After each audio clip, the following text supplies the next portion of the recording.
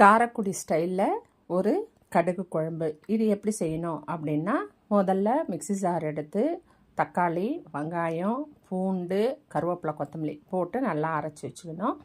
அதுக்கப்புறம் ஒரு வாணலி வச்சு அதில் எண்ணெய் ஊற்றி நல்லெண்ணெய் ஊற்றணும். நல்லெண்ணெய் ஊற்றிட்டு கடுகு, மிளகு, சீரகம், கருவேப்பிலை போட்டு தாளிச்சிட்டு ஒரு 3 மிளகாய் கீரி போடணும். போட்டுட்டு நல்லா நிறைய பூண்டு உரித்து போடணும். இதுக்கு ஒரு கப்பு பூண்டு உரித்து போட்டுட்டு அது நல்லா வதங்கினதும் பெருங்காயம் போடணும். பெருங்காயம் போட்டு வதங்கினதும் வெங்காயம் வதங்கினதும் தக்காளி நல்லா குழஞ்சி வர அளவுக்கு அதை நல்லா வதக்கணும்.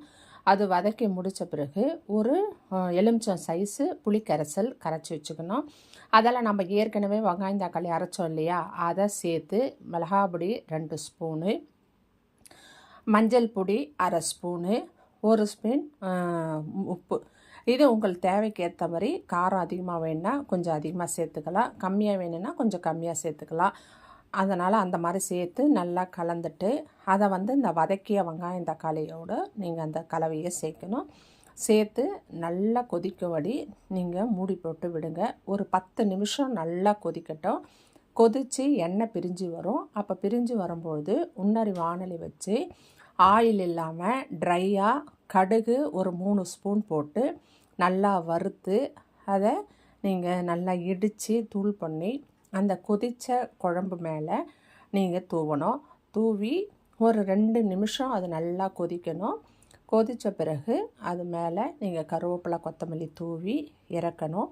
இது ரொம்ப சுவையாக இருக்கும். 2 நாள் கூட வைத்து சாப்பிட்லாம். சாதத்துக்கு, ராகி ஐட்டத்துக்கு எல்லாத்துக்குமே ரொம்ப ரொம்ப நல்லாயிருக்கும். நம்ம எங்கேயாவது ஊருக்கு போகிறோம் அப்படின்னா இதை செஞ்சு எடுத்துகிட்டு போயிட்டு கூட நம்ம 3 நாள் அந்த மாதிரி ஸ்டோர் பண்ணி கொடுக்கலாம். இது ரொம்ப நல்லாயிருக்கும்.